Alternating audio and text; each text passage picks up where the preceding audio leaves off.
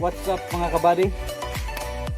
Welcome po ulit sa channel natin, ang Dave Vlog. Nandito tayo ngayon upang magbigay naman muli ng kunting kaalaman o paalala tungkol po paano paggamit ng ligtas, lalo na po ngayon palapit na po ang Kapaskuhan. Mga dapat tandaan natin sa paggamit ng palamuti at pailaw gaya ng Christmas lights ngayong Kapaskuhan. Una, upang maiwasan ang pag-overheat, ang pundinong bombilya ay dapat palitan agad ng kaparehong bultay at butahe na nasira na bombilya. Pangalawa, huwag iwanang nakabukas ng magdamag ang mga Christmas lights. Madalas natin makikita na naiwan ng nakabukas yung Christmas lights. Bawal po yun. Kasi yun po yung cause na kung paano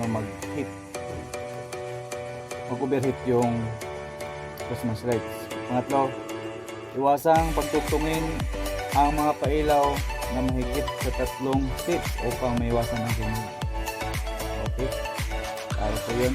Isa lang, tiyaking aprobado ito o may nakatatak na ICC. Kung gagamitin muli ang Christmas lights na binili pa po ng mga nakaraang taon, so tiyakin po nito na masuri po sa mga mga electrician ang mga wire plugs at socket na marupok. So, number 6, huwag magsaksak ng maraming Christmas lights o anumang mga appliances ng isang outlet upang mawasan ang pagkinit ng outlet na maaaring sunog. So, ito po yung tawag na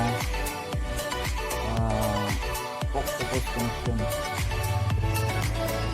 or saksak dito, saksak doon hanggang mga ilang saksak. So last but lagi nating tandaan, ligtas po ang may alam.